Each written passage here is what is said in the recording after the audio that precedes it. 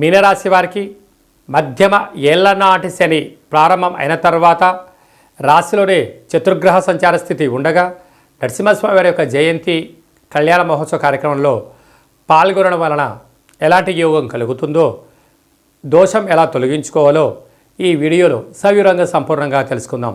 మీనరాశిలో ఏ నక్షత్రాలు వస్తాయి అనగా పూర్వాభాద్ర నక్షత్రం చివరి పాదం 4వ పాదము, ఉత్తరాభాద్ర నక్షత్రం 4 పాదాలు, రేవతి నక్షత్రంలో 4 పాదాలు కలిపితే మీనరాశి. రాశాధిపతి దేవగురు బృహస్పతి.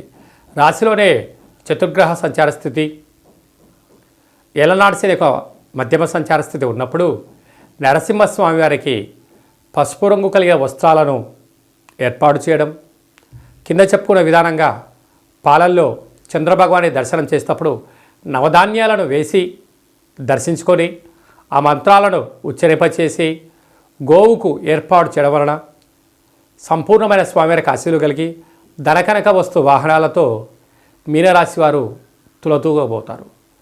ఏడాది తర్వాత రవి భగవానుడు ధనస్థానంలో వాక్కుస్థల సంచారం చేయడం వల్ల మీ మాటే మంత్రము, మీ మాట శాసనము, ప్రభుత్వ ఉద్యోగాలు అధికారాలు చెయ్యాలనుకున్న వారికి చాలా మంచి కాలం.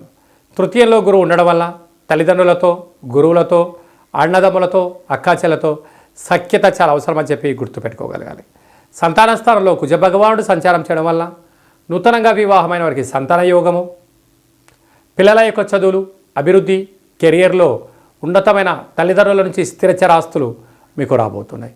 సప్తమంలో కేతు ఉండడం వల్ల జ్ఞానం, దానం, ఆధ్యాత్మికత, సత్ప్రవర్తన వలన ఆయురారోగ్యాలంతనూ కూడా మీనరాశి వారు సొంతమవుతాయి.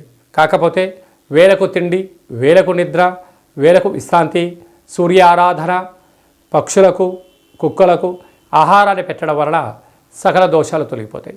సాఫ్ట్వేర్ ఉద్యోగస్తులు, హార్డ్వేర్ ఉద్యోగస్తులు, గృహ భవన నిర్మాణ కార్యక్రమం చేసేటువంటి వారు, హాస్యనటులు, డిజిటల్ మీడియాలో ఉండబడిన వారు ఎంతో జాగ్రత్తగా ఉండడం వల్ల బంగారు భవిష్యత్తు మీనరాశి వారి సొంతం కాబోతుందని చెప్పి గమనించాలి.